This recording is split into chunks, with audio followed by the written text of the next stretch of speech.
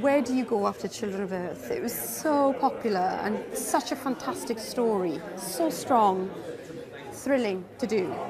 Where do you go from there? The answer, if you'd asked me that before I started Miracle Day, I would have said I really don't know, because I really didn't know.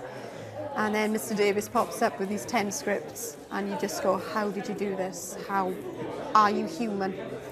Where do they take the batteries out and put new ones in? How does that possibly work?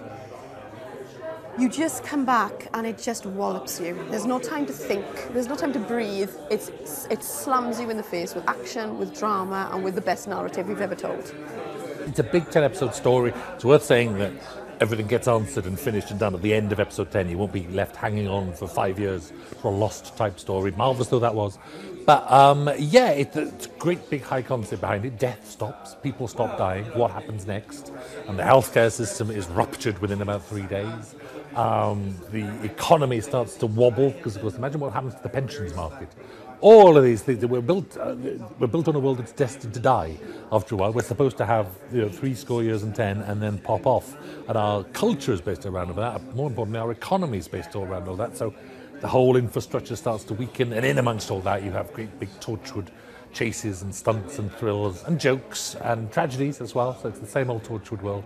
And I'm very proud of it, actually, very, very proud of it. He looks at the dark side, he looks at the light side, he looks at the drive of the character. A lot of people don't do that in science fiction. It's very straightforward. He's a gunslinger, or he's the bad guy.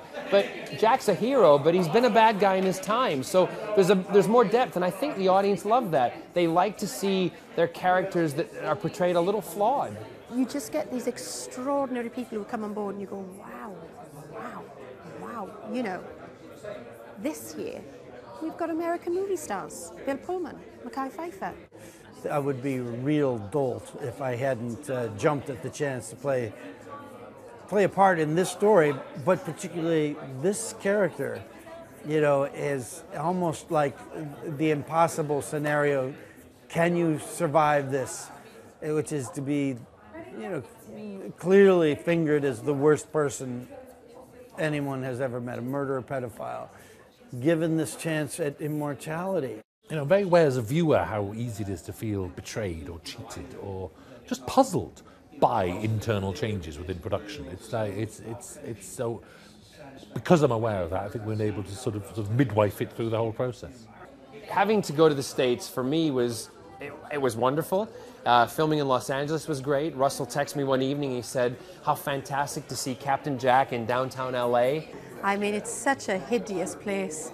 It constantly rains, it's freezing cold, people are nasty, food is dreadful. It was mind-blowing, wasn't it? I mean, I've said several times today, and I'll say forever, that there wasn't a second, not a minute, I mean a second went by that I took for granted. Every second I cherished and loved. I went to work every day in Warner Brothers. I was on a stage where Judy Garland did A Star Is Born.